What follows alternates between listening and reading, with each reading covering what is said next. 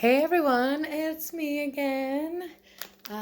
Today I am going to show you guys how to base ice cake and also put filling in a cake. I have fresh strawberries and a strawberry glaze here to go inside my chocolate cake here, so it shall be glorious.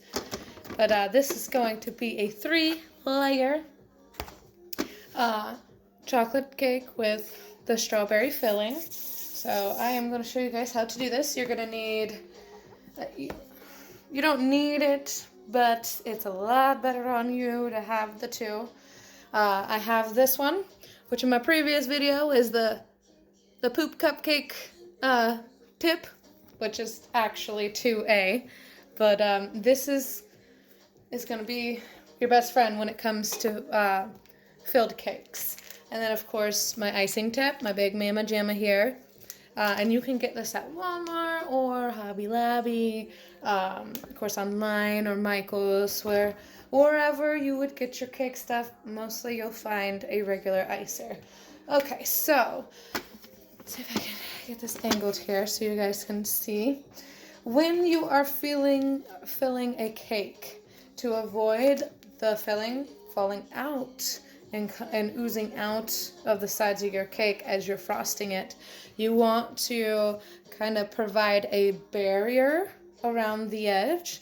So you're going to take your poop cupcake tip and you're going to go around the edge on top of the cake.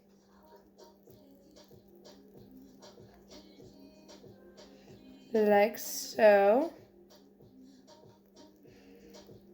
So that would be like a barrier to keep from having your filling ooze out into the sides of your cake, or have it like bellow out or anything like that.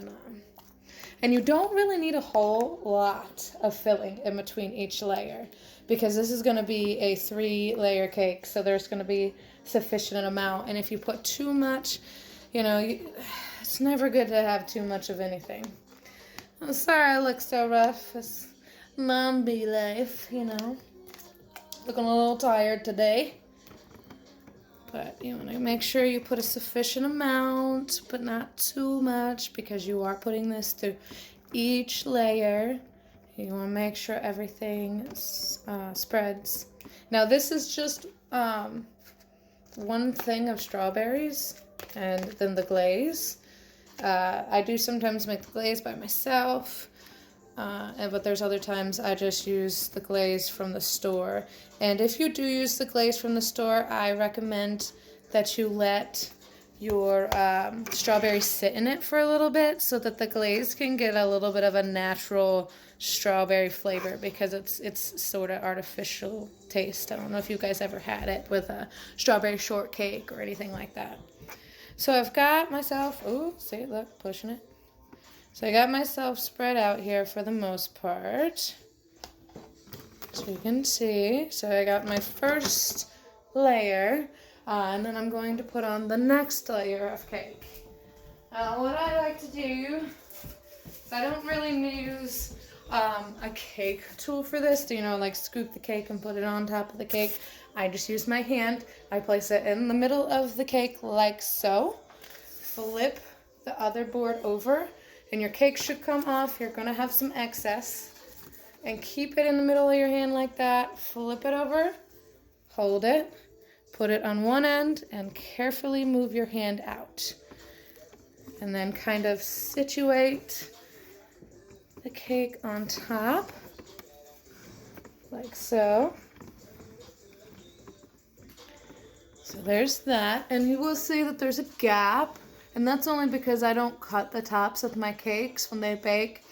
I don't want to waste that much cake. Now I don't know if you can tell, but I do trim my cakes because I use a oil flour combination to keep my cakes from sticking in my pans. And so it kind of makes like a little bit of skin on the cake, and it's not exactly like, it's more floury, so it's not exactly the best tasting, but It's like a natural skin for your cake to keep it even more moist in the inside. So once you take that layer off, like this cake is super moist. I can even press it and hear the moisture, and that's what you want to hear. You want that to happen. And you'll find out a lot of times you'll get bubbles throughout your cake, which I still have that problem. Tapping your cake before you cook it is very important. Taking the thing and just tapping it a few times on the table or wherever your work surface is, just to knock out as many of those bubbles as you can, and then letting it sit for another minute so that the more bubbles can gravitate to the top, and then throwing it in the oven. So that will help you with all of the bubbles inside the cake. So we are going to do our next layer. So like I said, you want to do your protective barrier here. And then throw on your strawberries.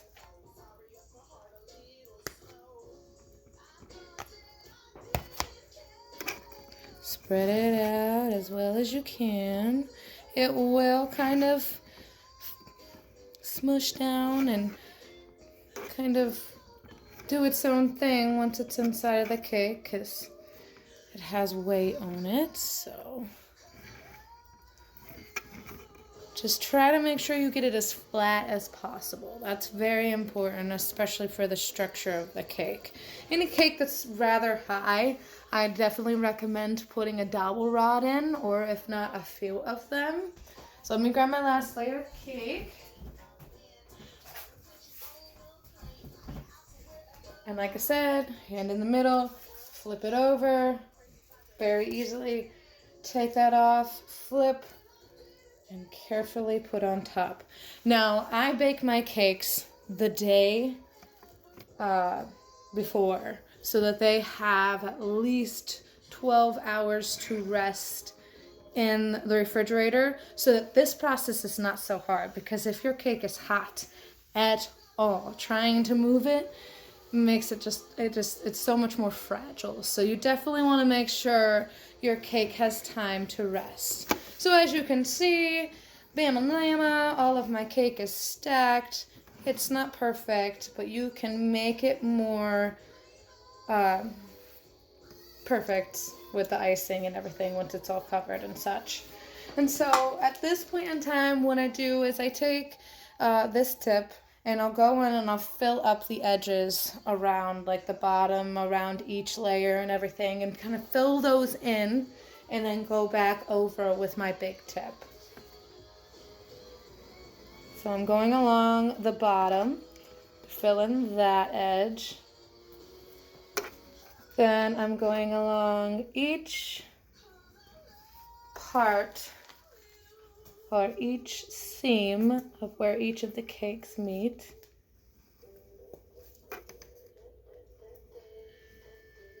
That way the strawberry stays inside of the cake.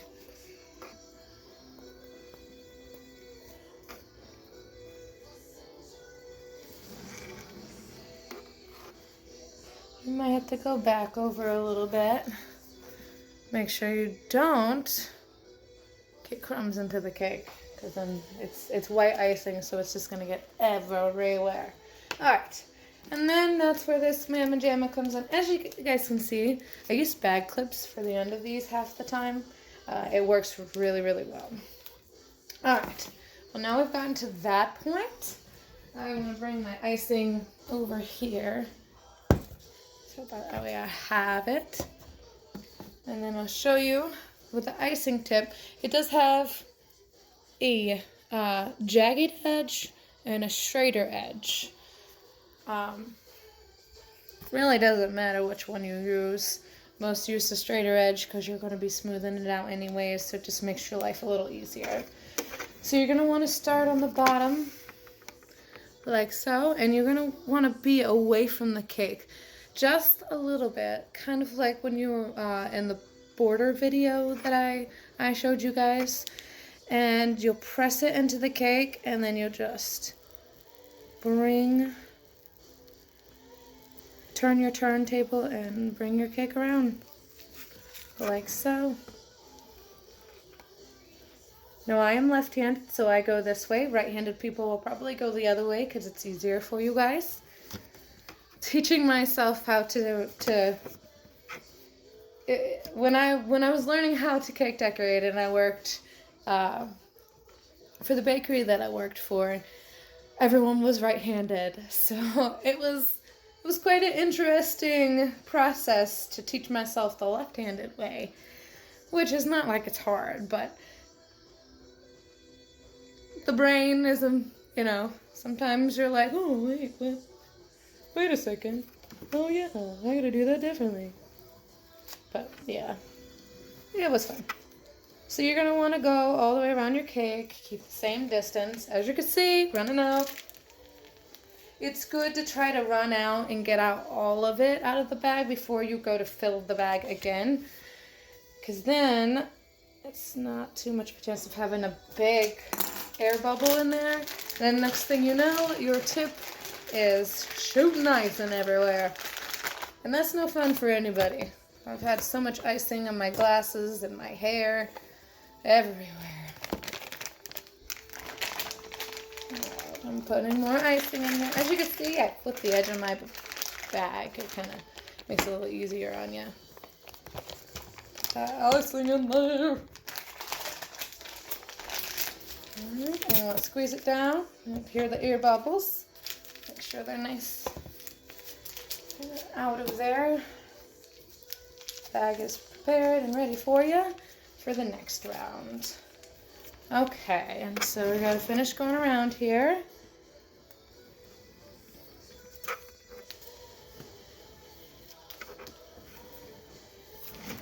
Oop, scraping the cake a little bit, that's okay.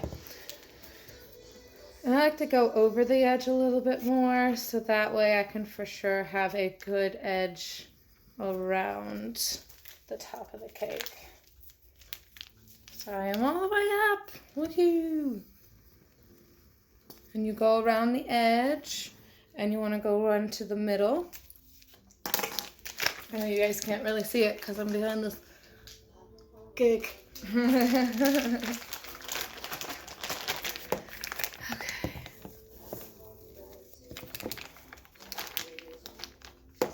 Get it just a little bit more in here. Alrighty. This will probably be one of my longer videos, so bear with me. So of course, go around the edge and then bring it in. And you can just, in that middle part, I'll show you.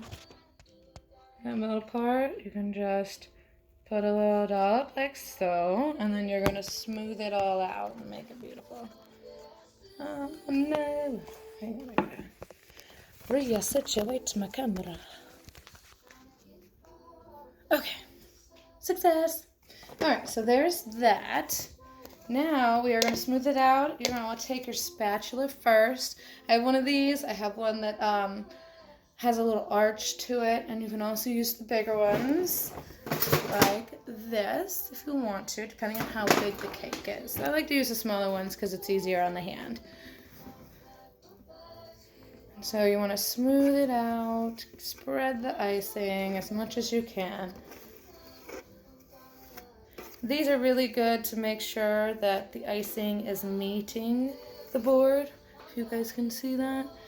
That way there's no space, especially for those cakes you don't put borders on. Because that's definitely something that's become more of a newer trend. A lot of cakes not having borders on them. Which I love borders. Borders are great to actually make it look like a cake. Although I just like borders. Okay, so let's move that out of the way. And so yes, you're just gonna go around and do this a little bit. Make sure your cake is covered and you don't have big clumps just hanging off. It makes your life a little harder doing it that way. And you don't need to press on the cake. You're kind of just on the edge there. you don't really have to apply too much pressure. Too much pressure can cause you to lose more icing, and then you'll have to go back and re-ice it, and back and forth, and then you're going to be like, what the hey? So now I'm using my scraper, and it's the same as the spatula. Light pressure, keep it straight as you run it across the cake.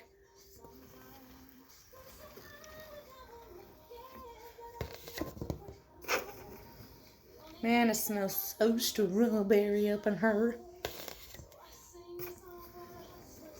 Alright, and so you just want to drag it across. And I am just base icing. I'm probably going to go back over this. And it's good to do that, because then you can go put the cake in the refrigerator for a little bit to have it rest, and then come back on a second layer so that you don't have cake showing through. But this is great for filled cakes, because then it sets that icing in between each of the layers, and less of a chance you have those kind of parts where it bellows out from each of the layer. I don't know if you guys have ever seen that, but it keeps it from doing that for sure. So you'll smooth it out to some point. It's okay if the cake is showing through, because you can go back over it. So as you can see, my cake is kind of showing through. That's fine, because I'm just going to go back over it. But base icing is very important for anything, any type of cake that is gravity defying, that is like 3-tier or 3-layer or anything like that, just to help with its stability, especially if you're not delivering it to your customer. Or, you know, doing it for yourself. All right, and so as you can see on the top, let's see if I can bring you guys up here. Okay. As you can see on the top, I have some rough edges. Basically what you do from this is you're going to want to not apply a lot of pressure or anything like that. Kind of just run it across the top from the edge and bring it into the middle. Now you will have to go around a few times, you know, and smooth it out. Make sure everything is good. It's good to scrape your stuff off as you go. It kind of just saves you more time. And as you scrape, you'll fill in those little holes that you find and stuff like that. And that's another thing you can use, like that little extra that comes off as you're scraping. Kind of fill in the holes as you go. Sorry, I'm not a very good cameraman here. So just not any pressure at all. Very light, if anything. You're just scraping it. You're just smoothing it. You're not trying to gouge at the cake. Okay. So you guys kind of got an idea of how to do that and how crappy I am of a camera woman. Okay. But that is how you base ice a cake. And I'm probably going to go through and make it a little bit smoother and everything like that. And then I let it rest out in the atmosphere for, I'd say, about 5 to 8 minutes, depending on how thick your buttercream is. If it's a little on the thinner side, it's going to take a little bit more time to kind of set. So that way you can take a piece of parchment paper and smooth it all out and make it look all nice. So that is base icing with filling 101. I hope you guys enjoyed, and feel free to comment with any questions. And I thank you guys for watching my videos, and I hope that they're helpful. I know sometimes I say weird words, and there is a lot of these things that there's still a lot that I'm still learning in myself, still learning as a cake decorator, but I really want to make sure, I really just want to help everyone be able to do it for themselves, and I hope that I'm accomplishing that and you all are getting something good from these videos. But thank you so much. And if you ever want to check out my cake page, I can provide a link below.